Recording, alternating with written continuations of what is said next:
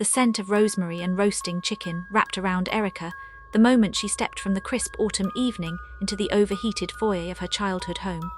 It was a smell woven from decades of Sunday dinners, a fragrant promise of normalcy that now felt like a theatrical prop. She hung her worn leather jacket on the overloaded peg by the door. Its familiar scuff marks a quiet rebellion against the pristine beige of the hallway. From the living room drifted the low murmur of the evening news and the clink of ice in a glass, a symphony of suburban Sunday. She moved through the archway into the warm, amber light of the living room. Her father was in his throne-like armchair, a half-finished crossword abandoned on the ottoman, his reading glasses perched on his forehead. He offered a distracted smile, a gesture that didn't quite reach his eyes. Her mother emerged from the kitchen, wiping her hands on a checkered apron, her embrace a fleeting press of floral perfume and anxious energy.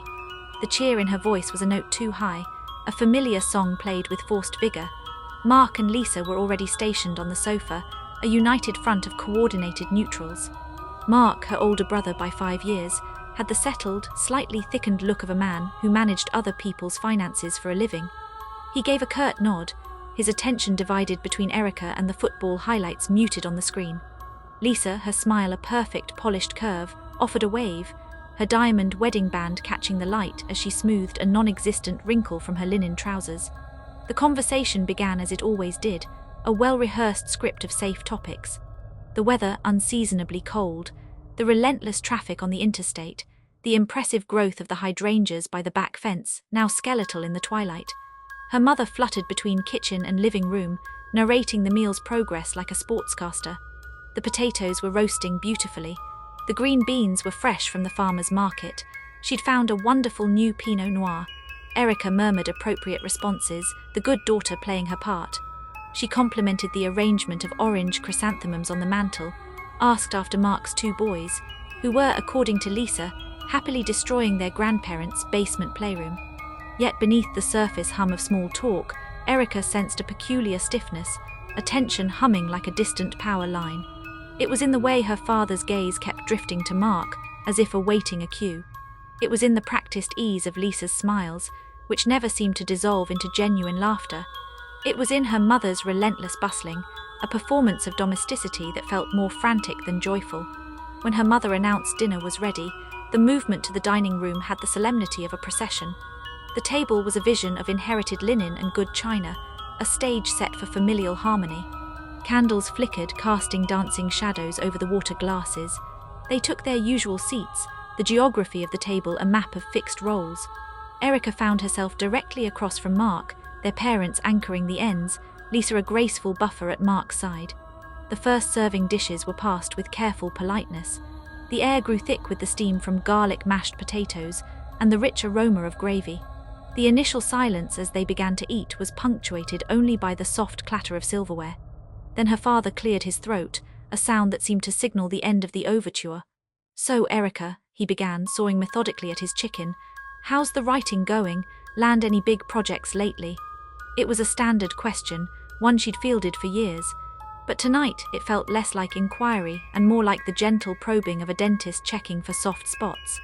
She spoke of a recent article for a travel magazine, a piece about forgotten coastal towns, trying to inject it with a passion she suddenly felt seeping away under the weight of the room's expectant quiet. Mark chewed thoughtfully, not looking at her, while Lisa watched her with an expression of polite clinical interest. Her mother chimed in, her voice bright.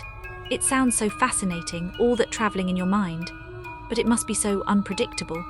The word hung in the air, unpredictable, a synonym for unstable in the family lexicon. Erica felt the first tiny crack in the evening's facade, a hairline fracture in the forced cheer. She offered a non-committal smile, focusing on the perfect geometry of her green beans. The familiar comfort of the smells, the warmth of the room, now felt like a gentle, smothering blanket. The stiffness she had sensed earlier was coalescing, taking shape, and she realized with a cold prickle at the base of her neck that this dinner was not a gathering, but a prelude. The stage was set, the actors in place, and she was waiting, fork in hand, for a script she had not been given. The salad was a crisp, colourful mosaic of arugula, candied pecans, and thin slices of pear, dressed in a balsamic glaze that shimmered under the dining room chandelier. It was a recipe from a magazine, another of her mother's attempts to introduce sophistication to the weekly meal. and its very perfection felt like a quiet reproach to Erica's own less curated life. She speared a leaf, the tang of the dressing bright on her tongue, a fleeting pleasure swallowed by the thickening atmosphere. The initial small talk had dissolved into the focused silence of eating, a silence that her mother, ever the conductor of family harmony, seemed compelled to fill. "It really is remarkable," her mother said, gesturing with her fork, her voice a careful blend of admiration and concern. "How you make a living from your imagination, building whole worlds out of nothing but words." She took a delicate bite, then continued, her eyes not on Erica but on the pear slice she was meticulously cutting. "Of course it must be terribly unstable, the feast or famine nature of it all. One month you're writing about Parisian cafes, the next you're worried about the electric bill." She said it lightly, almost musingly, as if commenting on the weather, but the word landed in the center of the table with a soft, toxic thud. Unstable. Erica felt the word slide between her ribs, a familiar, well-honed blade. She set her fork down, the faint clink against the china sounding dangerously loud in her own ears. The comforting taste of the salad turned to ash. She could feel the eyes of the table upon her now, a collective, patient gaze. This was the expected turn in the conversation, the gentle steering toward the shallow waters of her inadequacies. "It's not unstable," Erica said, her voice tighter than she intended. "It's flexible. It's building a portfolio, a reputation. It takes time." She heard the defensiveness threading through her words, the childlike plea for understanding, and hated it. She was 32, not a teenager justifying a poor report card. Her mother offered a placating smile, a practiced expression meant to soothe but which only condescended. "Of course, dear, I just worry. A steady paycheck, benefits, they provide such peace of mind. Your father and I slept so much better once he was tenured." She reached over and patted her husband's hand, a display of united, sensible security. Mark chose that moment to take a long, slow sip of his wine, his eyes meeting Erica's over the rim of his glass. There was a calculated neutrality in his expression, the look of a man preparing to deliver a balanced, reasonable verdict. He set the glass down with deliberate care. "Mom has a point, Erica," he said, his tone infuriatingly measured, the tone of a financial advisor explaining compound interest to a particularly slow client. "There's a difference between a career and a hobby. A career has a trajectory, a 401k. He leaned back slightly, assuming the posture of logic. "Remember after college? You were going to take that internship at the newspaper, but it was unpaid. You needed a car, first and last month's rent." He paused, letting the memory settle. "Mom and Dad helped you out then, a significant help. That was 8 years ago. The intent was to launch you, establish a foundation." The air grew dense, pressurized. Erica's face warmed. He had framed the financial help not as parental support but as a failed investment. He had taken a moment of her past vulnerability, a time of hope and uncertainty familiar to any recent graduate, and polished it into a weapon of present judgment. Her parents' faces were carefully blank, but she saw the faint echo of agreement in the set of her father's jaw, the slight, sympathetic tilt of her mother's head. The loan, the help, had never been spoken of with strings attached, but now Mark was deftly tying them around her wrists, linking that past assistance to her current, unstable choices. She wanted to argue that she had paid back every penny, with a check handed to her father 2 years later, a transaction he had accepted with a surprised nod and a quick, "You didn't have to." She wanted to scream that Mark's own business had received a far larger, far quieter infusion of family capital, just last year, a fact she knew only through a worried, whispered confidence from her mother. But the secret sat like a stone in her throat. To reveal it now would be to betray that confidence, to detonate a bomb she wasn't sure she was ready to hold. So she sat, pinned by her brother's reasonable gaze and the unspoken accusation hanging in the fragrant air. Their help had been a ladder, and she had chosen to step off it into thin air.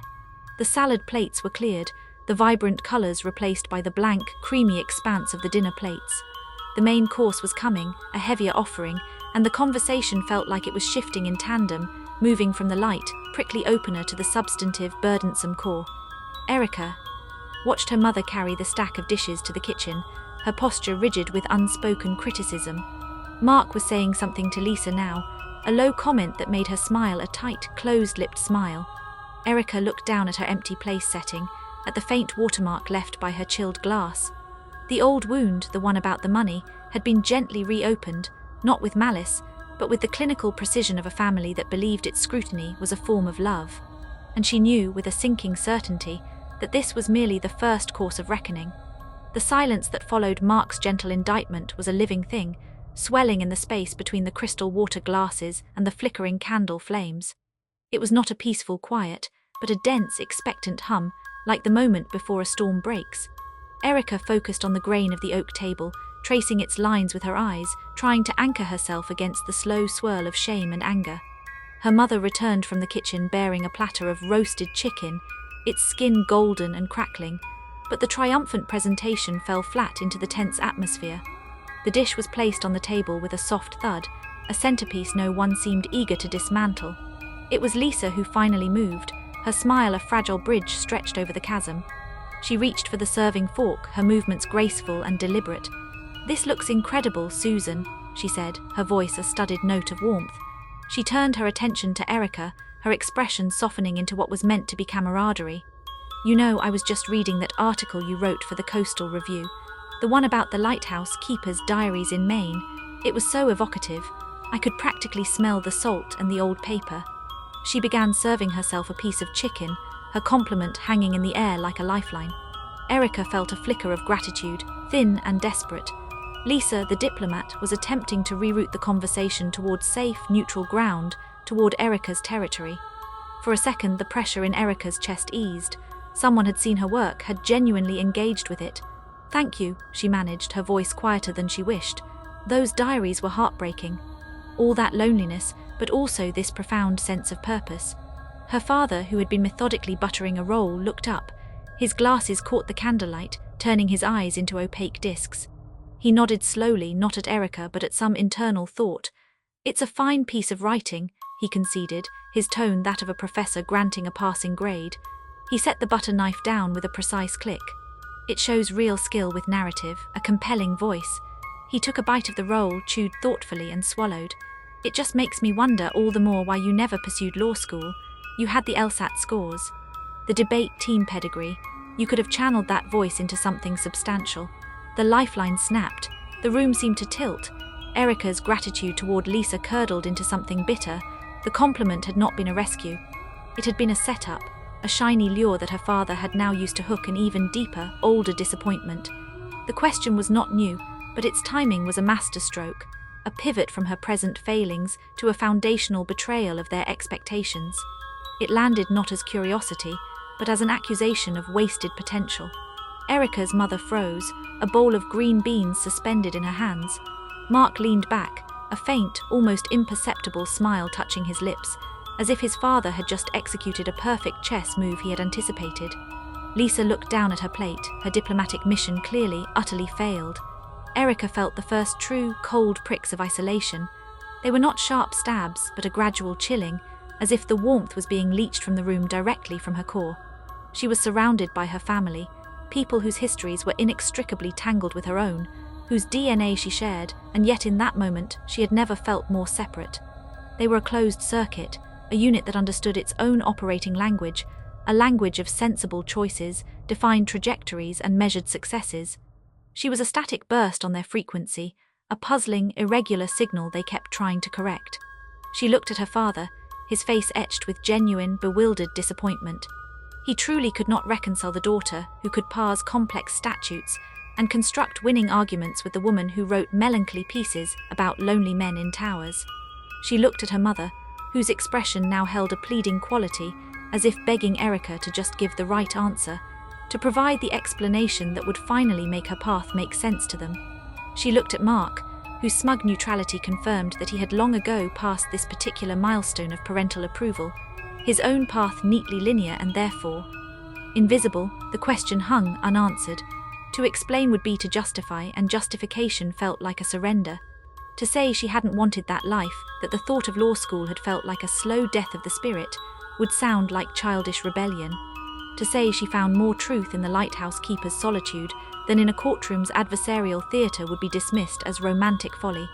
So she said nothing. She let the silence stretch, let it become her answer. Her father took her silence as confirmation of a flaw. He sighed, a sound of weary resignation. "It was a sure thing, Erica, a sure thing in an unsure world. We just wanted you to be secure." The word "we" encompassed the entire table, a collective pronoun of judgment. In that moment, Erica saw the architecture of the evening with terrible clarity. The appetizers were not just a course. They were the gentle probing of old wounds, the careful loosening of scar tissue. The salad had been a critique of her present. The main course, now cooling on the platter, awaited the dissection of her past. And she was alone at the table, a specimen under their collective, concerned microscope. The pricks of isolation sharpened into a steady, cold ache. She was not just disagreeing with them. She was fundamentally, inexplicably other, and the distance between her chair and theirs felt suddenly oceanic. The roasted chicken was carved and distributed. The green beans and clouds of mashed potatoes passed in a ritual of silent efficiency. The heavy platters and steaming bowls seemed to anchor the conversation, dragging it from the abstract disappointment of forsaken careers into the tangible, ledger-bound world of family assets. The initial tension from the salad course had not dissipated. It had merely submerged, waiting for a new channel.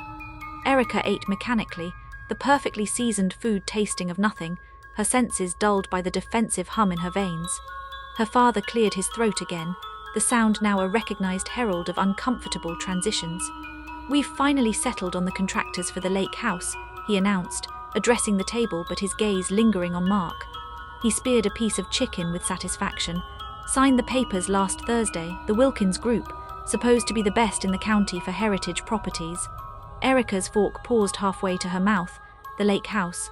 The old, cedar-shingled cottage on Silver Lake, the site of countless childhood summers sticky with popsicle juice and sunburn. The place she had always assumed, with the unexamined certainty of a daughter, was a shared inheritance, a future relic to be managed collectively.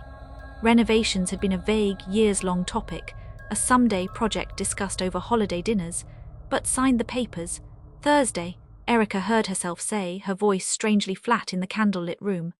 "I didn't realize it was that far along. What's the plan? Are they redoing the dock? I always thought the sleeping porch needed better insulation." She offered the comments tentatively, probing for a place to insert herself into a conversation that seemed already concluded. Her mother waved a hand, a flutter of dismissal. "Oh, it's much more than that, honey. A full overhaul, new kitchen, expanding the master suite, converting the old boathouse into a guest studio. It's going to be a proper year-round retreat." She said it with a breathless excitement, but her eyes darted to Mark, seeking approval. Mark nodded, wiping his mouth with his napkin. "It's a solid investment. Property values on that side of the lake have skyrocketed. With these upgrades, we're looking at a significant equity bump," he said with a casual proprietorship that chilled Erica's blood. "We?" Erica asked, setting her fork down carefully. "What's the we here? I hadn't seen any plans." "I could have given input. I know the place as well as anyone. What about the original stone fireplace? Are they keeping the character?" Her questions tumbled out, a mix of confusion and rising alarm. A thick silence descended. Her father and Mark exchanged a glance, a quick, silent communication that excluded her entirely. Her mother suddenly became intensely interested in arranging the green beans on her plate. Lisa stared fixedly at her wineglass. Mark sighed, the sound heavy with patronizing patience. "Erica, come on. This is a major financial undertaking. It requires consensus from the stakeholders who are actually invested in the long-term viability of the property." He took a sip of water. "It's not about nostalgia for the old fireplace. It's about modern amenities, resale value, and practical use." The words stakeholders and practical use landed like blows. "I am a stakeholder," Erica said, her voice gaining an edge. "It's the family house, or is it not?" Her father leaned forward, his elbows on the table, his expression shifting from genial host to stern patriarch. "The decisions have been made, Erica, your mother and I have discussed it extensively with Mark. He's handled all the financial modeling, the contractor vetting. He has the bandwidth, and given his family situation, the need for the space," he trailed off, implying a logic so obvious it needed no finishing. "Given his family situation," Erica repeated, the cold pricks of isolation now coalescing into a solid block of ice in her stomach. "What does that mean? Because he has kids and a wife, he gets to unilaterally decide the future of a place that belongs to all of us. Because I'm single and live in an apartment, my connection to it is less. I love that house. I have memories there too, don't I get a say?" Her mother reached a hand out, not quite touching Erica's arm. "Honey, don't be difficult. Mark and Lisa will use it much more often with the boys. It makes sense for them to drive the vision. You're so busy with your writing, and you're never sure where you'll be. So because my life doesn't fit your template, I forfeit my voice." Erica's temper, held in check all evening, finally frayed. "You finalized everything without even telling me. That's not making a decision for the family. That's excluding me from the family." Mark's composure snapped. He dropped his napkin onto his plate, the gesture sharp and final. "There it is," he said, his voice low and venomous. "The eternal victim, always on the outside looking in, crying foul. You want to say, contribute. Put some skin in the game. You talk about the house belonging to all of us, but when was the last time you paid for a new roof, or the septic service, or even spent a weekend cleaning out the gutters?" He leaned across the table, his face hardening. "You float in, soak up the nostalgia, and float out again, leaving the actual work and the actual bills to everyone else. You don't contribute fairly, Erica. Not financially, not practically. You just consume, and then you have the gall to act shocked when the adults in the room make a decision." The accusation hung in the air, monstrous and absolute. Selfish, never contributing fairly. It was a totalizing judgment, erasing every holiday gift, every care package sent during her lean years, every visit home where she'd painted a room or helped in the garden. It reduced her to a caricature of entitlement. She saw her parents' faces, and the worst part was the absence of contradiction. Her father's jaw was set in agreement. Her mother's eyes were wide with distress, but she did not defend her daughter. They had let Mark articulate the unspoken family verdict, and by their silence they endorsed it. Erica felt the foundation of her place in the family crack and shift. It wasn't just about a lake house, it was about her value. In their eyes, her contributions, emotional, historical, intangible, were worthless next to the solid, ledger-friendly contributions of money and conventional labor. She was not a stakeholder because her currency was invalid. The warmth of the dining room became suffocating, the delicious smells now nauseating. The main course was not the chicken on her plate. It was this, the serving up of her own perceived inadequacy as the central, agreed-upon truth of the family narrative. She looked at their expectant, resolved faces, waiting for her to either crumble or apologize, and knew with a devastating clarity that she had been tried and convicted in absentia. The verdict had just been delivered. The silence after Mark's indictment was absolute, a physical weight pressing down on the table, flattening the candle flames and turning the half-eaten meal into a still life of ruin. Erica felt the words, selfish, never contributing fairly, echo in the hollow of her chest, each syllable a hammer blow to the fragile architecture of her belonging. She saw the verdict in her parents' faces, not as a cruel judgment but as a sad, accepted fact. Her mother's eyes were shiny with unshed tears, but they were tears of pity, not defense. Her father stared at his plate, his jaw working, a man resigned to an unpleasant but necessary truth. A cold, clear fury, sharper than any she had felt all evening, began to cut through the haze of her hurt. It was a clean, focused anger, born not from petulance but from the glaring, grotesque hypocrisy laid bare before her. They sat there, her brother and her parents, in a silent pact of judgment, presenting a united front of financial probity and responsible stewardship. They had built a case against her based on a ledger that was, she now knew with crystalline certainty, a fraudulent document. The secret her mother had whispered to her in a moment of worried confidence months ago, sworn to silence, now burned like a live wire in her throat. The pressure to hold it to keep the family peace shattered. She did not raise her voice.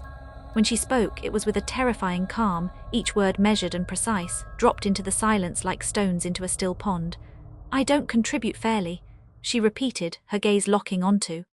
"Mark, is that the new family scripture? Because I seem to remember a different set of numbers, a different kind of withdrawal." She shifted her eyes to her parents, who had gone very still. "What about the $50,000? The $50,000 from your retirement fund that Mark borrowed last spring to cover the losses from his ill-advised commercial property flip, the one that went into foreclosure in July." The effect was instantaneous and total. The color drained from Mark's face, leaving a waxy, greyish pallor. His carefully constructed mask of righteous exasperation crumbled, revealing sheer, unadulterated shock. Lisa made a small, choked sound, her hand flying to her mouth, her eyes wide with horror as she stared at her husband. The clatter of a knife slipping from a nerveless hand, Erica's father's, rang out like a gunshot in the quiet room. A stunned, suffocating silence fell, deeper and more profound than any that had preceded it.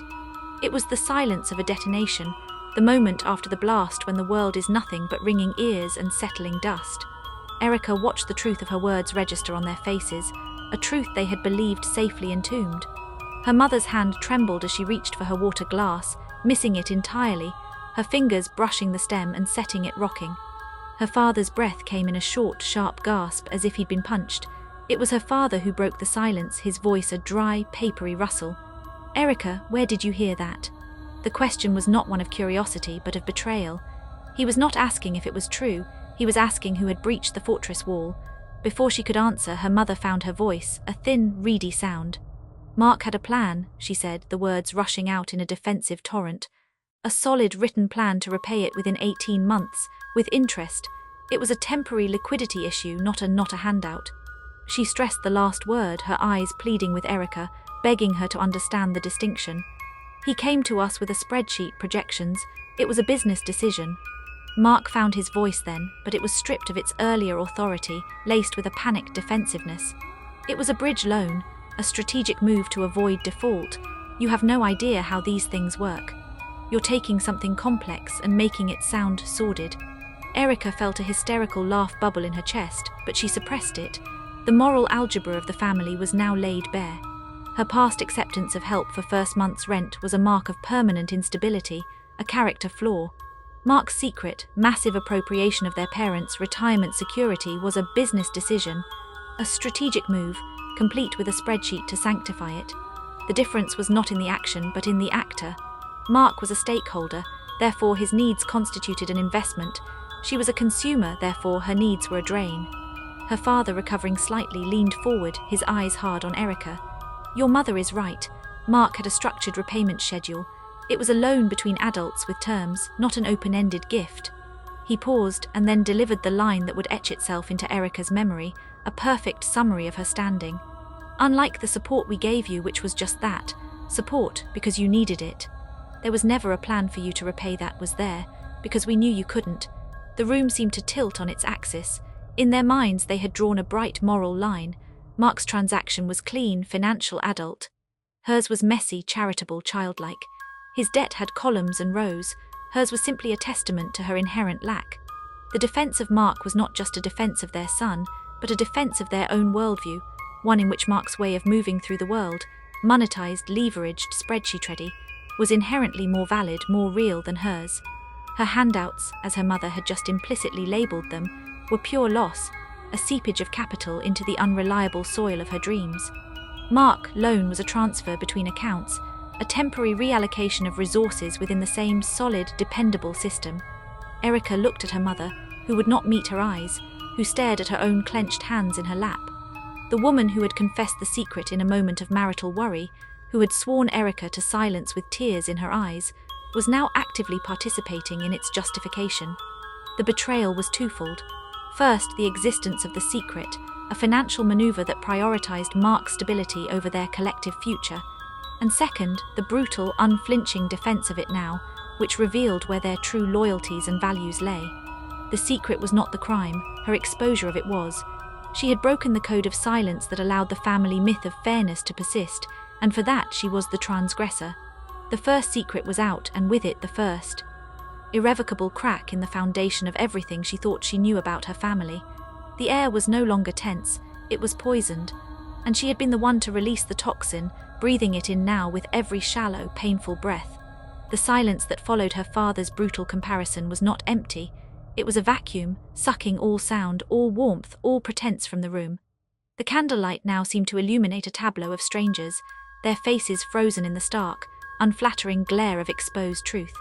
Erica felt the weight of their collective gaze, a mixture of shock, betrayal, and furious accusation, but the cold clarity of her anger held her upright.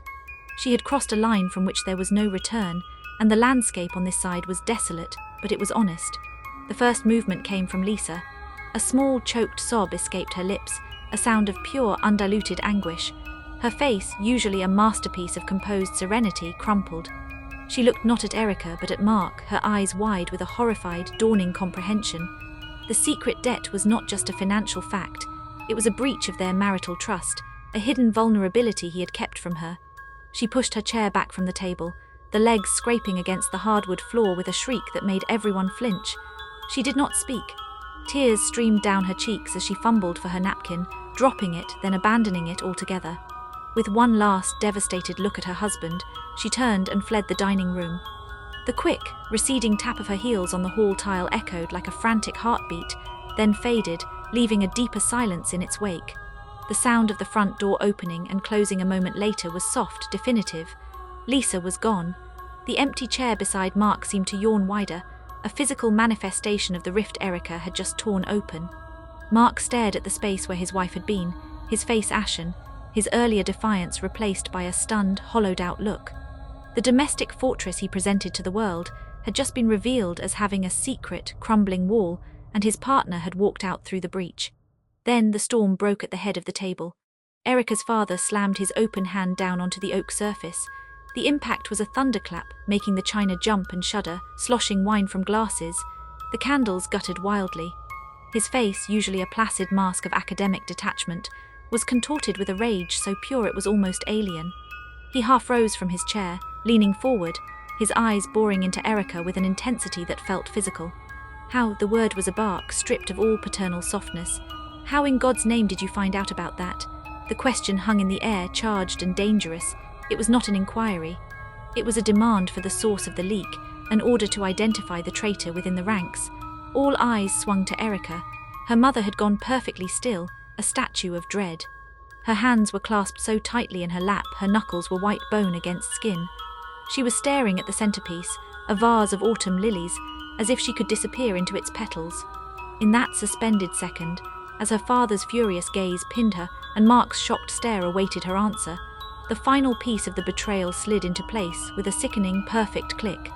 The secret had not come from a discovered document, an overheard call, a careless comment from Mark. It had come from a single, trusted source. The memory washed over her. A rainy afternoon 3 months ago in this very house in the cozy clutter of the sunroom. Her mother, twisting a tissue in her hands, voice lowered to a conspiratorial whisper, fear in her eyes. Your father doesn't want anyone to know, it's just until the property sells. Mark was so desperate. Please, Erica, you must never say a word. It had been offered as a bond of confidence, a sharing of adult worry between women, a testament to their special closeness. Now Erica understood it for what it truly was. It had been a burden dumped on her shoulders, a poisoned secret that placed her in an impossible position, complicit in the lie or the destroyer of peace. Her mother had told her not to forge an alliance, but to offload her own anxiety, secure in the belief that her dutiful daughter would guard the family myth. She had used Erica's loyalty as a vault. Erica turned her head slowly, deliberately, to look at her mother. The woman would not raise her eyes. The guilt was in the rigid line of her shoulders, the downward cast of her head, the way her breath hitched almost imperceptibly. That silent confirmation was more devastating than any admission. You told me, Erica said, her voice quiet, deadened. She wasn't speaking to her father anymore. She was speaking to the woman who had baked her birthday cakes and held her during childhood storms. In the sunroom in April, you swore me to secrecy. Her mother flinched as if struck. Single tear escaped, tracing a path through her powder. She opened her mouth, but no sound emerged. It was confession enough. The betrayal unfolded in Erica's mind in layers, each more painful than the last. The first layer was the secret itself, the knowledge that her parents had risked their security for Mark in a way they had never considered for her, revealing a hierarchy of needs she hadn't fully grasped. The second layer was its exposure, the violent familial fallout that her revelation had triggered, the shattered dinner, Lisa's tears, her father's fury. But the third layer, the deepest cut, was the source. Her mother, her confidant, the person she had trusted most to be in her corner, had placed her in this untenable position. She had given Erica the weapon, then stood aghast when it was fired. She had betrayed Erica's trust by sharing the secret, and now, by her silence and implicit defense of Mark, she betrayed her again in its aftermath. Her father's rage did not abate, it refocused. His glare shot to his wife, a look of utter incredulity and betrayal. You told her, Susan, for Christ's sake, why? Her mother finally looked up, her eyes swimming, her voice a broken whisper. I was worried. I needed to talk to someone. She's my daughter, and I'm your husband. He roared, the force of it making her shrink back. We agreed, no one. Not even the children. The children, the phrase echoed. They were all still children in this dynamic, but some were entrusted with adult secrets and others were kept in the dark, perpetually considered too fragile, too unreliable, too other to handle the truth. Erica watched her parents, the united front now fractured into accusing fragments. But the fissure between them was nothing compared to the canyon that had just opened at her own feet. She felt a profound, isolating loneliness. The secret had been a lie of omission that shaped the family's reality. Her knowledge of it had made her an unwilling conspirator, and her decision to speak it had made her the enemy. She was betrayed by the content of the secret, the blatant favoritism it represented, and betrayed by the act of its confession, which had never been about trust but about burden sharing. She had held her mother's fear, and now she was being blamed for the consequences of its release. The atmosphere in the dining room was beyond shattered, it was atomized. The fragments were not just of the evening's peace, but of her fundamental understanding of where she stood and with whom. The trusted confidant was gone, revealed as a source of poison. The family was not a sanctuary but a minefield, and she was standing alone at its center, holding the detonator everyone now hated her for using. The fracture lines radiated out from her, splitting the table, the room, the very past, into irreconcilable pieces. The vacuum left by Lisa's exit and her father's roar seemed to pull all remaining oxygen from the room. The silence that resettled was thin and brittle, a sheet of ice over dark water.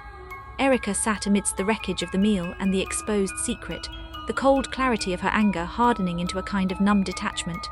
She had expected the fallout, had braced for the shock and the blame, but she was not prepared for the sudden, decisive pivot that came next. The target of the secret mark crumpled inward, a guilty, wounded party. The keeper of the secret, her mother, was a weeping, accused conspirator, and her father's fury, momentarily divided, now swiveled back with a laser's focus, finding in Erica not just the exposer of truth, but the root of all discord. She was no longer the whistleblower, she was the catalyst, and the family, reeling from its fractures, did what systems under stress often do. They unified against the perceived source of the chaos. Her father was the first to speak, his voice no longer a roar but a low, controlled tremor of disgust. "This," he said, gesturing vaguely at the ruined table, the empty chair, the tear-streaked face of his wife, "all of this spectacle. This is what happens, this is what you bring." He wasn't talking about the secret anymore. He was talking about her, her presence, her nature. Every gathering, Erica, there's a tension the moment you walk in. A need to tread carefully to manage your sensitivities. We can't just be a family, we have to navigate your judgments. The accusation was a knife twisted with a surgeon's precision. It reframed her entire life as a series of impositions. Her mother, seeking solidarity in her own culpability, lifted her tearful gaze.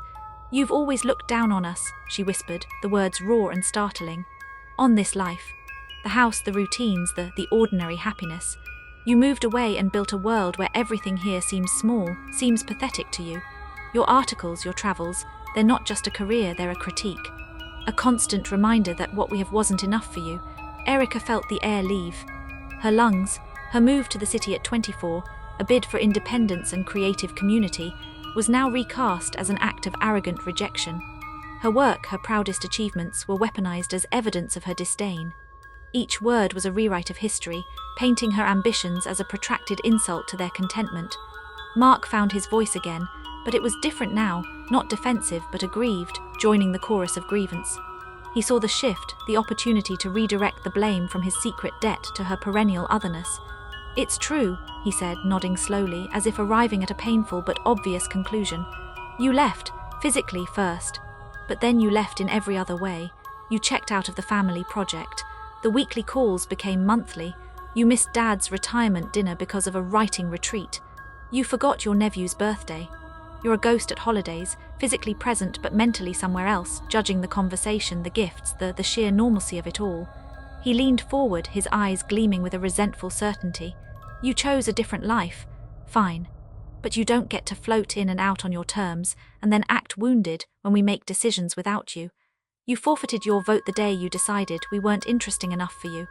The collective unloading was a coordinated assault, a volley of long-held resentments masquerading as truths. Each accusation felt like a knife twist, not because the blades were new, but because they were being wielded with such cold, communal conviction. Her choice to build a life elsewhere was not seen as a natural branching out, but as a betrayal of proximity. Her occasional absences or preoccupations were not the forgivable flaws of a busy adult, but proof of a fundamental lack of investment. Her very identity, the writer, the observer, the thinker, was pathologized as a mechanism for superiority. Her father chimed in again, his tone now one of weary, clinical analysis. And this refusal to settle, to build something real, a partnership, a family, a home with a mortgage, It's not just instability, Erica. It's a rejection of responsibility. It's a commitment to perpetual adolescence. How can we include you in long-term plans when you demonstrate, again and again, that you have no interest in the foundations those plans are built on? He spoke as if diagnosing a chronic condition. Her singlehood, her rented apartment, her focus on her craft, all were symptoms of a refusal to engage in the serious, adult business of life as they defined it. Her mother, encouraged by the United Front, added the final, deeply personal thrust. "You break my heart," she said, her voice trembling but clear. "Every time I see you, I see the life you could have had, the potential wasted, the grandchildren I don't have from you, the stability you threw away for what? For bylines and uncertainty. We gave you everything, every opportunity, and you chose to walk away from all of it. You chose to make yourself a stranger, and then you have the audacity to be hurt when you feel like one." The words landed with a physical weight. They reduced her life's work to vanity, her independence to selfishness, her childlessness to a personal affront. They framed her parents' dreams for her as a debt she had refused to pay. In their eyes, her existence was a series of choices that collectively constituted a rejection of them, of their values, of their very blueprint for a meaningful life. She was pinned in the spotlight, but it was a harsh, interrogating light that distorted everything it touched, turning her joys into failures, her struggles into character flaws, her very self into a problem to be solved or a disappointment to be mourned. Erica sat motionless, absorbing the blows. The initial numbness began to crack, replaced by a rising tidal wave of grief and a furious, clarifying sense of injustice. They spoke with the absolute authority of a majority, their shared perspective creating a reality that felt inescapable. She was not being argued with, she was being defined. And in their definition, she was the outlier, the critic, the ungrateful daughter who left, and then had the temerity to want a say in the world she abandoned. The confrontation had pivoted completely, masterfully. The original sin was no longer Mark's secret loan or their exclusionary plans. The original sin was her. Her life, her choices, her very presence in the room was the corrosive element. They were not attacking her. They were, from their perspective, simply stating the obvious, painful facts that her actions had written over the years. The spotlight was blinding, and in its glare, she could see no path back into the shadows of their acceptance, only the stark, lonely outline of herself as they saw her. A permanent disappointment, a self-created stranger. The collective indictment hung in the air, a verdict delivered not in shouts but in the cold, clinical tones of absolute certainty. Erica felt their words coating her skin like a toxic resin, hardening with each accusation. The grief and fury within her, held in check by sheer shock, began to churn, seeking an outlet. The numbness shattered. She would not sit silently and be defined by their narrow, punishing ledger. She drew a breath that felt like drawing a blade, her voice emerging not as a shout, but as a tremulous yet clear counterpoint to their chorus. "My sacrifices," she began, the words catching in her dry throat. She looked not at her father, the judge, but at her mother, the accuser. "You speak of what I walked away from. You never speak of what I walked toward or what I stayed for." She straightened in her chair, her hands gripping the edge of the table, knuckles white. "For 3 years, when Grandma's dementia worsened, who drove up here every weekend, who spent Saturdays sorting her medications, cleaning her house, listening to the same stories on a loop, while you all took the emotional breaks you needed. I postponed a commissioned book project for that. I put my own life on hold." Her mother's face tightened, a flicker of discomfort crossing her features. "We all helped," she murmured, but the protest was weak. "You helped from a distance," Erica countered, her voice gaining strength. "You managed the finances. Mark visited once a month. I was in the trenches. I bathed her. I fought with the insurance company. I held her hand when she didn't know my name. And when she finally passed, I was the one who packed up her apartment alone, box by box, surrounded by the ghosts of her life." She turned to Mark. "And the crisis with your business 2 years before the loan. When Lisa was on bed rest with the twins, and you were traveling non-stop to salvage clients. Who moved in here for 3 weeks to help Mom after her knee surgery so Dad could focus on work. I did. I slept on that old couch in the den, working my freelance articles at the kitchen table at midnight, running her to physical therapy, cooking every meal. Where was your spreadsheet for that contribution, Mark? What was the dollar value of those weeks of my life, my postponed deadlines, my own solitude traded for your convenience?" The room was silent now, but it was a different silence. It was the silence of inconvenient facts being laid on the table, alongside the cold chicken and congealed gravy. Her father's stern expression did not soften, but his eyes shifted away from hers, focusing on a point on the wall behind her. Erica pressed on, the dam of her own resentment breaking. You talk about my instability, my failure to build, but every time this family has had a crack, a crisis, I have been the mortar. I have dropped everything. I have come running. Not with a checkbook, but with my time, my energy, my presence. You call it help, but you've always treated it as my default setting. The flexible, childless daughter with no real responsibilities, always available to fill the gaps your more stable, structured lives create. Her voice trembled with the force of the revelation. My dreams were always the postponable ones.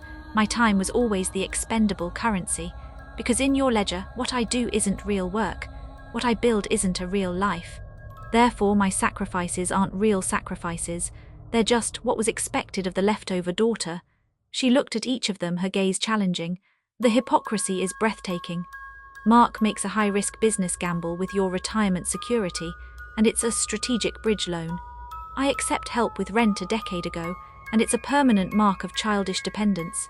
You finalize plans for a shared family asset without me, and it's a logical decision based on my lack of investment. I point out the exclusion, and I'm selfish, creating a spectacle. You have built a system where his needs are investments, and my needs are burdens, where his contributions are tangible, and mine are invisible, where he is the stakeholder, and I am the spectator who occasionally provides free labor. Her father's head snapped back to her.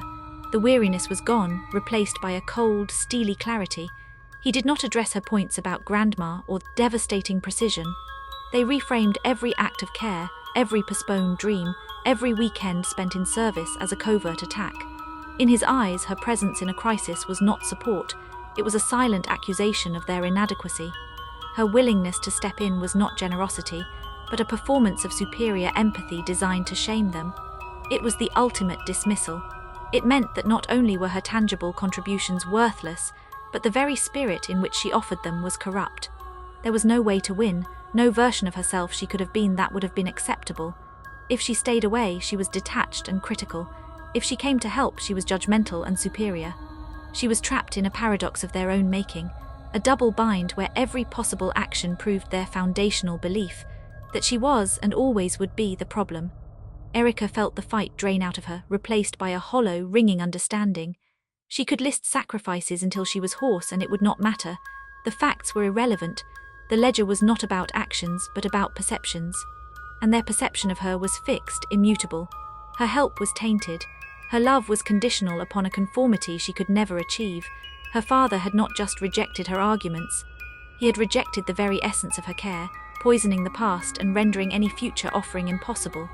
She looked at their faces, her father's cold certainty, her mother's pained agreement, Mark's grim nod, and saw a wall not of anger, but of absolute, unshakable belief. In the spotlight, she was not just exposed, she was annihilated. Any version of herself she tried to present was already judged and found wanting. The pin holding her in place was not their accusations, but their fundamental, unchangeable vision of who she was. A vision that left no room for her at all. The hollow, ringing understanding that followed her father's final pronouncement left Erica feeling weightless and untethered, as if the gravity in the room had been switched off. His words, emotional taxation, had not just dismissed her sacrifices, they had erased their very meaning, turning compassion into currency and care into a subtle weapon. She sat amidst the ruins of the dinner and the ruins of her own narrative, adrift in a space where her history had been rewritten, her motivations rendered suspect. The fight was gone, replaced by a weary, bone-deep sorrow. She looked at their faces, a tribunal that had reached its verdict, and saw no avenue for appeal. The silence stretched thin and sharp. It was Mark who broke it. Perhaps he sensed her deflation and saw an opportunity to press his advantage, to solidify his position as the wronged party, the stable pillar under attack. Or perhaps the accumulated resentment, fueled by the exposure of his secret and the sting of her counter-accusations, simply demanded a final, devastating release. He leaned forward, his earlier pallor replaced by a flushed, almost triumphant intensity. The aggrieved brother was gone. In his place was a prosecutor with a surprise witness. "You want to talk about sacrifices, about being there for family," he said, his voice low but carrying, every syllable deliberate. "Let's talk about real sacrifice. Let's talk about the sacrifices Mom and Dad made to protect you from yourself. Because you've always needed protecting, Erica, from your own poor judgment, from your fragility." The word fragility landed like a shard of ice in Erica's chest. It was a word from her mother's lexicon, a word used during teenage bouts of anxiety, a word that had always felt like a label she was supposed to outgrow. Hearing it now in Mark's contemptuous tone felt like a violation. "What are you talking about?" she whispered, the numbness beginning to crack again, this time with a fresh, unnamed dread. Mark's smile was thin, devoid of warmth. Ben. Ben Avery. Ring a bell. The name was a physical blow, a sucker punch to a part of her she kept carefully shielded. Ben, her college boyfriend.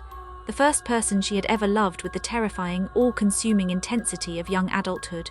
The relationship that had lasted 2 years, through late-night study sessions and summer road trips, through plans for a future that felt both vast and certain. And then in their senior year, the slow, inexplicable drift. His growing distance, his vague excuses, the final, painful conversation in the rain outside her dorm where he said he couldn't do it anymore, that he loved her but their paths were diverging, that she needed to focus on her family, that he couldn't be responsible for holding her together. The heartbreak had been a foundational fracture, a loss that had taken years to fully mourn, a wound she had traced over and over, always blaming timing, immaturity, the pressures of impending graduation. Ben. The name was a breath barely audible. "Mom never told you, did she?" Mark continued, his eyes gleaming. With the power of the revelation. "She met him for coffee, winter of your senior year. You were going through that rough patch after Grandpa died, crying on the phone every week, talking about deferring your law school applications. Mom was worried. So she reached out. She sat down with Ben and explained the situation. She told him you were too fragile, that you weren't in a place for a serious relationship, that your family needed you and you needed to focus on getting strong again, not on a boyfriend who was about to move across the country for grad school. She made him see that he would be a distraction, a liability, that breaking it off was the kindest thing he could do for you. Each sentence was a precise, surgical incision, severing the past she remembered and grafting on a new, horrifying truth. Erica's vision tunneled. The dining room, her family's faces, the flickering candles, all receded into a blur. All she could see was the memory of Ben's anguished face in the rain, his words about her needing to focus on family, his strange, guilty insistence that it was for her own good. She had thought it was his clumsy way of letting her down gently. She had never imagined it was a script. She turned her head slowly, mechanically, toward her mother. The woman's face was a mask of stricken guilt, her earlier tears now flowing freely, silent and unchecked. She did not deny it. She could not. Her trembling hands, the way she shrunk into her chair, the utter absence of surprise, it was all the confirmation Erica needed. The gut punch was total, a collapse of internal architecture. That heartbreak, that core wound she had carried for over a decade, the one that had shaped her cautious approach to love, her fierce protection of her independence, it had not been an accident of fate or a mutual growing apart. It had been orchestrated, managed, a unilateral decision made over cappuccinos, a life-altering emotional intervention performed without her knowledge or consent. Her mother had not just comforted her through the breakup. She had been its architect. The grief she had soothed had been a grief she herself had engineered. Erica felt the room tilt violently. The air grew thick, impossible to draw into her lungs. The betrayal was so profound, so intimate it defied immediate comprehension. It wasn't about money or property or perceived slights. It was about the sovereignty of her own heart. Her mother had reached into the most private chamber of her young life and rearranged its contents, deciding what was best for her, deciding she was too breakable to be trusted with her own love. The breakup had not been a tragedy. It had been a paternalistic euthanasia of her relationship, deemed necessary for her own good. "You told him I was fragile," Erica said, her voice a hollow echo. It wasn't a question. Her mother found her voice a desperate, pleading rasp. "You were, sweetheart, you were a mess, you weren't sleeping. You were talking about giving everything up, I was scared for you. Ben was a lovely boy, but he was leaving. It would have ended anyway, and it would have destroyed you. I made it cleaner. I spared you a longer, more painful, drawn-out ending. I did it to protect you. The justification was like acid on an open wound. I did it to protect you." The mantra of every violation dressed as love. In her mother's mind, she had not stolen a relationship. She had performed a mercy killing. She had taken Erica's agency, her right to her own pain and her own recovery, and called it care. She had pathologized Erica's grief over her grandfather's death, her natural uncertainty about the future, and used it as grounds to dismantle her happiness. Erica looked at her mother and saw a stranger. The woman who had held her after bad dreams, who had cheered at her graduations, was also the woman who had coldly calculated the end of her first great love, who had described her own daughter as a liability to the man she loved. The two images would not reconcile. They split apart, leaving a jagged, irreparable fissure in the bedrock of their relationship. The second secret was not a financial maneuver or a planned exclusion. It was an emotional assassination. It revealed a pattern far more insidious than favoritism, a profound, controlling lack of faith in Erica's own resilience, her own capacity to navigate life's difficulties. They had not just doubted her career choices, they had doubted her very heart's endurance, and in doubting it, they had taken it upon themselves to manage it, to prune away what they deemed dangerous to her fragile ecosystem. She was gutted, utterly eviscerated. The core heartbreak of her young adulthood, a sorrow she had woven into the fabric of her identity, was not hers at all. It was a script they had written, a role they had cast her in. The fragile daughter, forever in need of protection from herself and from the world. And in that moment, surrounded by the evidence of their lifelong curation of her. Life, she realized with a devastating, absolute clarity that she had never been a participant in her own story. She had been a patient, and they had been the board of directors, making unilateral decisions for her own good. The silence in the room was no longer charged with anger. It was heavy with the awful, naked truth of what they had done, and the terrifying emptiness in Erica's eyes as she stared at the architects of her deepest wound. The awful, naked truth of the second secret hung in the air, a toxic cloud that had settled into Erica's lungs, making each breath a conscious, painful effort. The gutted emptiness inside her was not a void. It was a cavern echoing with the reverberations of a decade-old lie. She stared at her mother, but she no longer saw the familiar lines of her face, the softness of her eyes. She saw a strategist, a puppeteer who had pulled strings in the dark, believing herself the director of a better, safer play. The room seemed to warp, the walls bending inward, the faces of her family distorting into grotesque masks of their true selves. The confrontation over the lake house, the exposed loan, the litany of her supposed failures, all of it was mere preamble. This was the core, this was the unspooling of everything. Her voice, when it finally came, was flat, stripped of all inflection, a dead thing. You admit it. It was not a question. Her mother flinched, but the dam of secrecy had broken, and with it the last pretense of denial. She nodded, a jerky, miserable movement. A fresh wave of tears spilled over, but they were no longer tears of guilt for the present. They were tears of justification for the past. I did, she whispered, her hands twisting the damp napkin in her lap into a tortured knot. And I would do it again. He was going to leave you, Erica. He was accepted to Stanford. You were here falling apart. It would have been a slow, cruel torture. I made it quick. I made it clean. It was for your own good. You needed to be here with us to heal. Not chasing some boy across the country, setting yourself up for a worse heartbreak later. For your own good. The phrase was a bell tolling in the hollow of Erica's soul.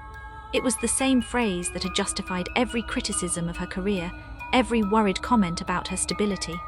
It was the banner under which they marched, granting themselves absolute authority over her life's trajectory. Her own good, as defined by them, was a narrow, well-paved path free of risk, free of passion, free of the messy, autonomous business of living and learning from one's own mistakes. Her heartbreak had been a variable in their equation, one they had solved for by simply erasing it. Erica felt a hysterical, soundless laugh bubble in her chest. The absurdity was cosmic. They had deemed her too fragile for love, yet expected her to be resilient enough to withstand their constant, erosive judgment. They had stolen a relationship to protect her, yet saw no contradiction in eviscerating her sense of self at this very table. The cognitive dissonance was not a flaw in their logic, it was the foundation of it. Their love was not a sanctuary, it was a containment field. Her father, who had been watching this exchange with a grim, resigned expression, chose this moment to speak. The anger was gone from his voice, replaced by a tone of final, administrative pronouncement. He saw the unraveling was complete, the last of Erica's defenses obliterated by the second secret. It was time to present the new terms. This is precisely why we've made certain decisions, he began, his voice cutting through the emotional morass with chilling clarity. Stability, continuity, these aren't abstract concepts, Erica. They are the bedrock of a legacy. Your mother and I have been reviewing our estate plans. We've rewritten our will. The shift was so abrupt, so brutally pragmatic that it took a moment for the words to register. Estate plans, will. The language was cold, legal. a world away from the raw, exposed nerve of Ben and betrayal. Yet Erica understood with a sinking, fatalistic dread that this was the destination they had been steering toward all along. The secrets were the justification, this was the consequence. Her mother nodded, sniffling, but her voice firmed, aligning with her husband's as they presented their united front. The lake house, it won't be part of the shared trust anymore. We're leaving it solely to Mark, outright. The words, delivered so plainly, felt like a physical disinheritance. The beloved cedar-shingled cottage with its sun-drenched porch and whispering pines, the one tangible symbol of shared family history, was being formally, legally severed from her future. It was no longer a place of sticky childhood summers. It was an asset being allocated according to a new, brutal calculus. Mark has a family, her father continued, as if explaining basic arithmetic to a child. He has children who will use it, who will build their own. Memories there. It provides a stable, recreational anchor for his branch of the family tree. It makes practical sense. And given his recent financial recalibration, he said, delicately skirting the topic of the secret loan, it represents a solid piece of equity for his long-term planning. For you, he paused, spreading his hands in a gesture of what might have been mistaken for regret, but was merely finality. For you, it would be a burden, a remote property requiring upkeep, taxes, decisions you're not equipped to handle alone. It would be an emotional weight, not a gift. This way it stays in the family productively. Stays in the family. The phrase was a knife. She was being surgically removed from the definition of family for the purposes of legacy. Mark's children constituted continuity. Her undefined, solitary future did not. His need for equity was logical. Her connection to the place was sentimental and therefore irrelevant. The will was not just a document. It was a crystallization of their lifelong assessment. Mark, despite his secret failures, was the stable one, the progenitor, the rightful heir to the family's tangible dreams. She was the unstable one, the fragile one, the consumer. Leaving her, the lake house would be like giving a Stradivarius to a toddler, a waste of a good asset, and potentially dangerous. Erica felt the legal and emotional disinheritance fuse into a single, leaden weight in her stomach. It was one thing to feel sidelined in conversations, to have her contributions dismissed. It was another to see that dismissal codified in ink, to be formally written out of the future of a place that lived in her bones. The will was their ultimate argument, their final, unassailable proof of her standing. They were not just telling her she was an outsider, they were legally formalizing it. Her share of the family heritage was being revoked, not because of anything she had done, but because of what she was, or more precisely, what she had failed to become in their eyes. She looked at Mark. He did not meet her gaze. He studied the wood grain of the table, his expression unreadable, but she saw the slight, unconscious straightening of his shoulders. He was not gloating, that would be crass. He was accepting his due, the natural order of things finally rendered explicit. He was the son, the father, the stakeholder. The lake house was his birthright, confirmed. Her mother's tearful justification and her father's cold logic had built a cage of sense around the decision, making her potential objection seem not just hurt, but irrational, greedy, a further proof of her inability to understand how the real, practical world worked. The truth had fully unspooled, lying in tangled, ugly coils on the dining room table amidst the dirty plates. It was a truth of profound, paternalistic betrayal, of her heart, of her autonomy, of her future. They had managed her romance and were now managing her inheritance, all under the same banner. For your own good. The gathering's purpose, the unusual stiffness, the coordinated critiques, it all snapped into a horrifying, perfect focus. This had been a tribunal, and the verdict had just been delivered in the form of a rewritten will. She was not a daughter being disciplined. She was a variable being eliminated from the equation of their enduring legacy. The love in this room, she understood now, was not unconditional. It was a loan, with strict terms and conditions, and she had just been deemed a default risk. The disinheritance was not merely legal. It was the final, official stamp on a lifetime of emotional foreclosure. The finality of the disinheritance settled over the room like a fine, cold ash. The rewritten will was not a surprise born of the evening's chaos. It was the meticulously planned destination, the logical endpoint of a lifetime of judgments now made concrete. Erica looked at her family, her mother's tear-streaked, resolute face, her father's stern administrative gaze, Mark's averted eyes and squared shoulders, and the last veil dissolved. The gathering's unusual stiffness, the coordinated critiques over appetizers, the strategic pivots during the main course, The devastating revelations served as both weapon and justification. It had all been choreographed. This dinner was not a weekly ritual gone awry. It was a convened assembly.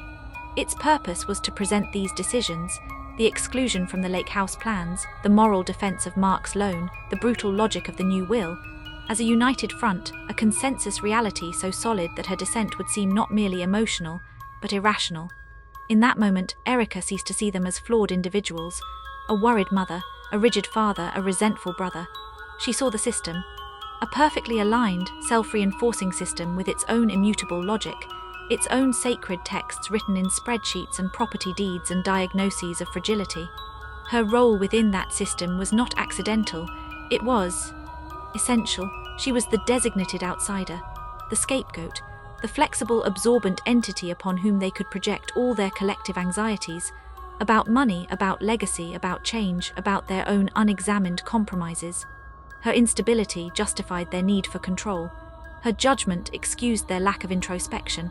Her failure to conform validated their chosen path as the only sane one. She was the negative space that defined their positive image. By making her the problem, they never had to question the system itself. The pain did not lessen, but it transmuted. The sharp, personal wounds, the betrayal by her mother, the dismissal by her father, the hostility from Mark, blurred into the broader, more terrifying truth of her function. She was not just being rejected, she was being used. Her entire history with them was a ledger where her debits, her choices, her emotions, her very identity, served to balance their collective emotional books. She found her voice, but it was not the trembling, defensive voice from earlier. It was low, clear, and carried the awful weight of recognition. She did not look at any one of them. She addressed the pattern they formed together, the architecture of the trap. "This was the point," she said, the words dropping into the silence like stones into a deep well. "All of it, the criticism, the secrets, the legal changes. You didn't invite me here for dinner. You summoned me for a verdict. You needed me present so you could perform your unity. So you could show me together that every decision, every exclusion, every justification was unanimous, that it wasn't just Mom or Dad or Mark, it was the family, the institution." Her mother opened her mouth perhaps to protest, but no sound came out. Her father's jaw tightened, but he did not contradict her. Mark studied his hands. Their silence was confirmation. Erica continued, the truth articulating itself through her, painful and precise. "I finally see it. I'm not the disappointing daughter, I'm the necessary one. I'm the pressure valve. When you're anxious about money, you focus on my career. When you're guilty about favoring Mark, you list my failures. When you need to feel like good, stable people, you hold up my life as the cautionary tale. My loneliness justifies your togetherness. My uncertainty makes your choices feel safe. I am the designated outsider." She let the term hang, let them hear the clinical chill of it. The scapegoat for everything you're afraid of in yourselves and in the world. You don't hate me. You need me to be exactly who I am so you can be exactly who you are. The revelation filled the room, stark and undeniable. It explained the relentless consistency, the way any success of hers was minimized and any struggle was magnified. It explained why her sacrifices were invisible and her needs were burdens. It explained the second, most devastating secret. To preserve the system, her happiness had been a permissible casualty. A daughter who was happily independent, securely partnered, and creatively fulfilled would not serve the purpose. She would not be a useful contrast. She would be a threat, a living question mark against their choices. So she had to be fragile. She had to be struggling. She had to be alone. The system required it. Her father finally spoke, but his words were not a denial. They were a bleak, unintended validation. "That's a very dramatic way of looking at it, Erica. We're a family. We make decisions for the greater good. Sometimes that means individuals have to accept things for the stability of the whole." He said individuals, but he meant her. The greater good was their good. The stability of the whole was the preservation of the system, with its clear hierarchies and assigned roles.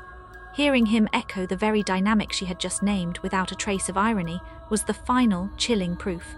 There would be no breakthrough, no moment of horrified self-recognition. The system could not see itself. It could only see her resistance as a malfunction, her perception as a pathology. Erica felt a profound, eerie calm descend. The fight was utterly gone. The grief was immense, but it was a clean grief, for something now clearly seen and forever lost. She had articulated the painful, fundamental truth aloud, and in doing so, she had stepped outside the narrative they had written for her. She was no longer playing her assigned role. She had named the game, and in naming it she had stopped being a player. She was simply a woman, sitting in the wreckage of her family, seeing them with terrible clarity for the first time. They were not monsters. They were a machine, and she was the foreign object the machine had been designed to expel. The truth had unspooled completely, leaving nothing but the bare, empty spool and the silent, humming mechanism of the family, now glaringly exposed in the cold light of her understanding. The silence after her articulation was absolute, a perfect, ringing void. The truth now named and laid bare between them did not spark a revolution. It did not shatter the system. It simply hung there, a foreign object the machine could not process. Erica watched their faces, waiting for a crack, a flicker of horrified recognition. None came. Her father's expression remained one of stern, uncomprehending disappointment. Her mother's tears had dried into a patina of wounded righteousness. Mark's gaze was fixed on the table, his posture that of a man enduring a necessary, unpleasant procedure. They did not refute her analysis. They absorbed it as further evidence of her alienation, her propensity for dramatic, uncharitable interpretation. Her clarity was just another symptom. The fight, the desperate need to make them see, evaporated. It left behind a vast, cold emptiness, a landscape scoured clean by the hurricane of revelation. She felt strangely light, untethered from the weight of their expectations, because she finally understood their expectations were not for her to succeed on her own terms, but to fail in a way that validated theirs.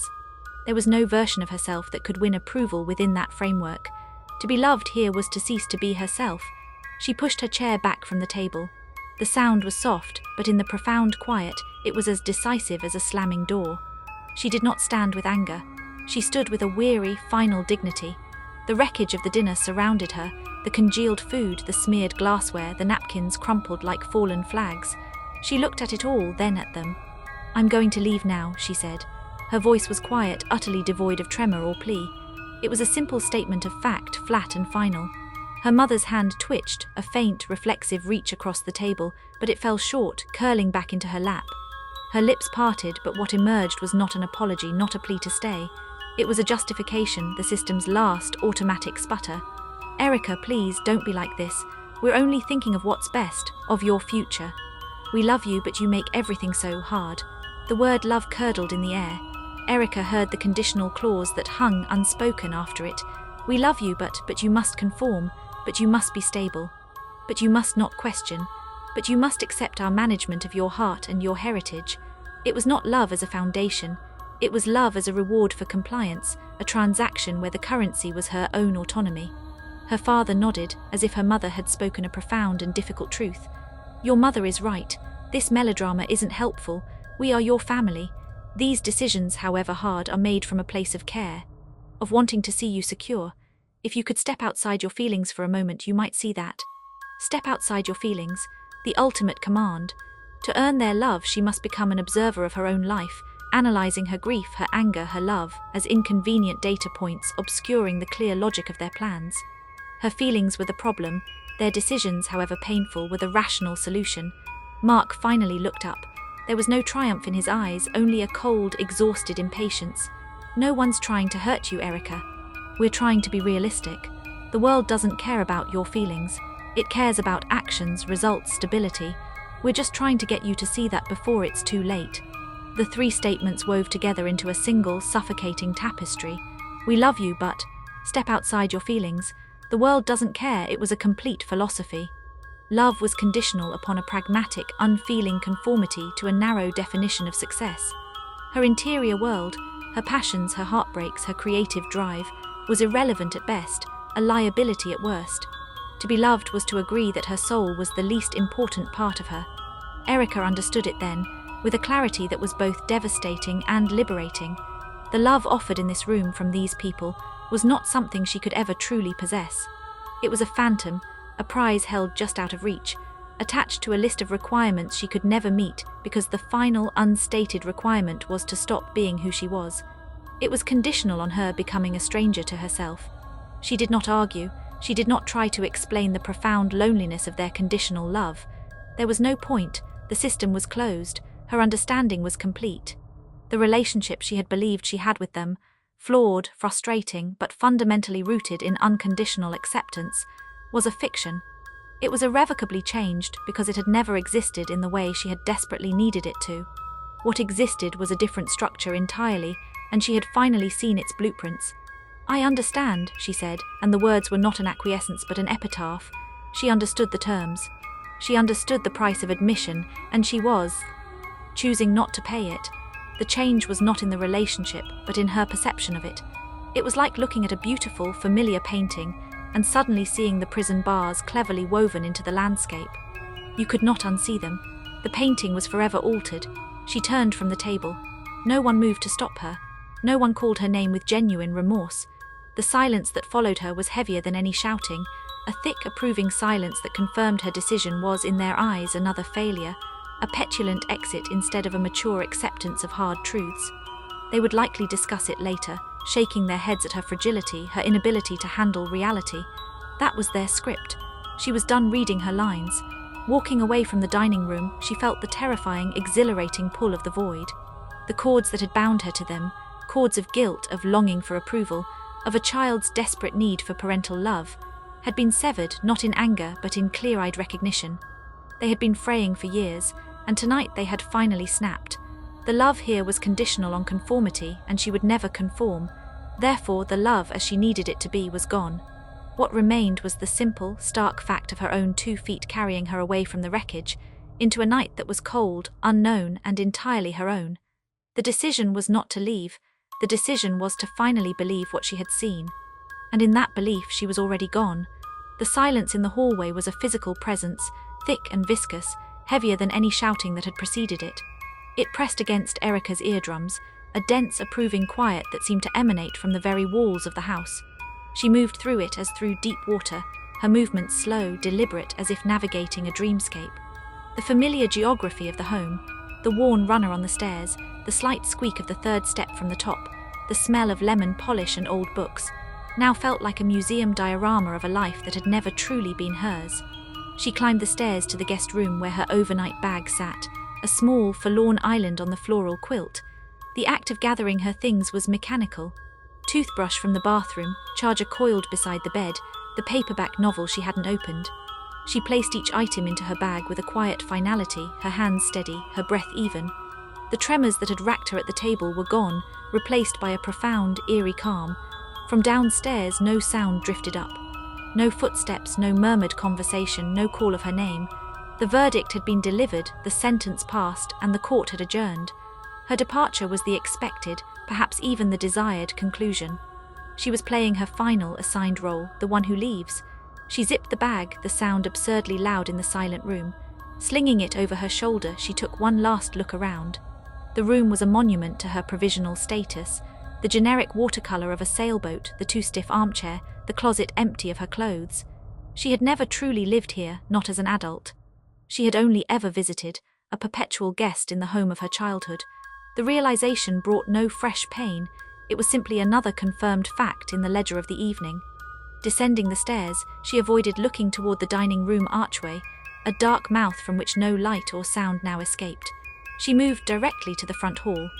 Her leather jacket hung on its familiar peg, a shape of worn comfort. She shrugged into it, the weight of it on her shoulders feeling like armor. She placed her hand on the cold brass of the doorknob, and then she paused. Her eyes were drawn, as if by a gravitational pull, to the large, framed portrait hanging on the opposite wall. It was a professional photograph taken 15 years ago, on the occasion of her parents' 30th wedding anniversary. They were all in it, her father and mother seated, beaming with a pride that seemed to glow from within, Mark standing behind them, a hand on each of their shoulders, his smile confident, his posture that of the heir apparent. And herself, positioned slightly to the side, her smile bright but somehow separate, her body angled as if she might at any moment step out of the frame. They were dressed in coordinated blues and creams, a vision of familial harmony, success and unity. The happy family. For years, Erica had looked at that portrait with a complex mix of affection and vague unease, a sense of not quite recognizing the girl in the picture, of feeling the smile on her own face was a performance. Now she saw it with a devastating, crystalline clarity.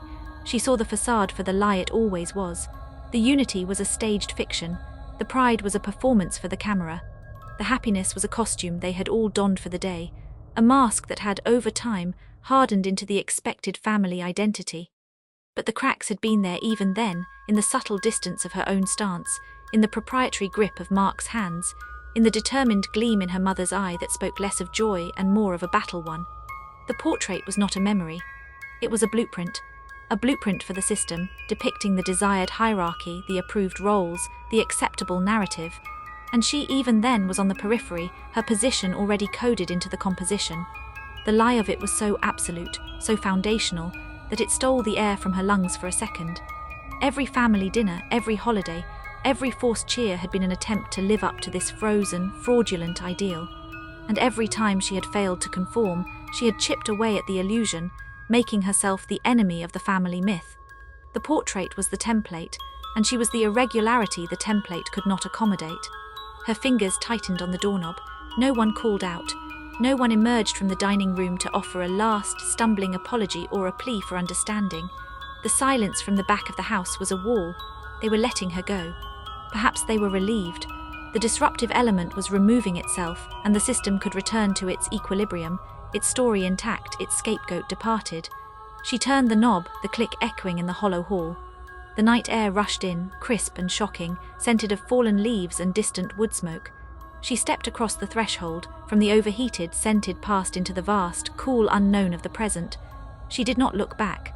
Pulling the door closed behind her, she heard the soft, definitive thud of the latch engaging. It was not a loud sound, but it was the sound of a chapter ending, of a door not just closing but locking. Her car sat in the driveway, a dark shape under the old maple tree. She got in, the interior cold and familiar, smelling of coffee and the pine-scented air freshener dangling from the mirror. She placed her bag on the passenger seat, a solitary companion. The engine turned over with a reliable purr. She backed out of the driveway, the headlights sweeping across the front of the house, illuminating the blank windows, the silent porch, the familiar facade that now seemed as hollow as a stage set. Then she was on the road, the streetlights painting the pavement in pools of sodium orange before giving way to the deeper darkness of the outskirts of town. The houses grew farther apart, then disappeared, replaced by the black silhouettes of fields and stands of trees. The night opened up around her, a great star-dusted expanse. And in that expanse, alone in the cocoon of her moving car, two feelings rose within her, twin and contradictory, entwined like serpents. The first was a terrifying, vertiginous freedom. The cords were cut. The performance was over. The judgments, the conditions, the relentless pressure to contort herself into a shape that would fit their portrait, it was all behind her, receding in the rearview mirror with the lights of the town. The air in the car felt cleaner, easier to breathe. For the first time in perhaps her entire life, no one was watching, no one was evaluating, no one was waiting for her to fail or succeed according to a script she hadn't written. The freedom was immense, dizzying, a blank page of terrifying proportions. But woven through that freedom, its inseparable twin, was a loneliness so profound it felt geological. It was not the loneliness of a quiet evening or a missed connection. It was the loneliness of being unchained from your own history. The family she had carried within her, as a source of identity, of frustration, of love, of pain, was gone. Not dead, but revealed as a mirage. The people she had called her foundation were a system from which she had been expelled. The love she had counted on was a conditional transaction she had finally declined. She was driving away from the only story she had ever known, and into a void where she was the only author, the only character, the only witness. The weight of that utter aloneness pressed down on the exhilarating freedom, tempering it with a chill that seeped into her bones. She drove on, the dotted center line of the highway streaming toward her, a hypnotic path into the unknown. The radio was off. The only sounds were the hum of the engine, the whisper of tires on asphalt, and the sound of her own breathing. She was terrifyingly free. She was utterly alone. Both truths were absolute, both were hers. And as the miles unspooled behind her, carrying her father from the portrait on the wall and the silence in the dining room, she understood that this was the price and the prize of seeing clearly. The exit was not an ending. It was the first, solitary step onto a new and uncharted road, with nothing to guide her but the cold, clear light of the truth and the vast, echoing silence of her own company. The first grey light of dawn found Erica sitting on the floor of her apartment, her back against the cool plaster wall, a silent sentinel in the aftermath. She had driven through the night, the empty highway a black river carrying her away from the epicenter of the quake. She had not slept. The adrenaline had burned off somewhere around midnight, leaving behind a strange, hollowed-out clarity. Her body was leaden with exhaustion, but her mind was a still, cold pool, reflecting the wreckage with perfect, awful fidelity. Her phone, face down on the hardwood beside her, had been buzzing intermittently for hours. A persistent, angry insect trapped in a jar. She had ignored it. The sound was not a summons. It was an aftershock, tremors from the fractured world she had left behind. Now, in the pale, tentative light seeping through her uncurtained windows, she finally reached for it. Her movements were slow, deliberate, as if handling a live artifact from a lost civilization. The screen glowed, a rectangle of artificial light in the dim room. Notifications stacked like accusations. Text messages, mostly from her mother, a few from her father. She opened them. The words were not bridges, they were barricades built from the familiar, wearying materials of their language. "We are so disappointed in how you left. After all we've shared, to just walk out, your father is very hurt. We were trying to have an adult conversation. You need to call us, this silence is childish. Mark is devastated. Lisa hasn't come home. Is this what you wanted? We expect an apology. For the outburst, for the accusations, for ruining the evening. Think about what you've done. Family is everything." Erica read them without a flicker of emotion. There was no plea for reconciliation, no inquiry into her state, no acknowledgement of the secrets unleashed or the wounds inflicted. The messages were a masterclass in guilt-tripping, a demand for capitulation. Apology. That was the required currency. Her apology for reacting to their revelations, for refusing their terms, for existing outside their frame. Reconciliation was not on the table, surrender was. The system was reasserting its rules, trying to pull her back into the old dynamic where her feelings were the problem and her compliance was the solution. She placed the phone back on the floor, screen down, silencing its digital nagging. The apartment was quiet, a stark contrast to the oppressive, memory-haunted rooms of her childhood home.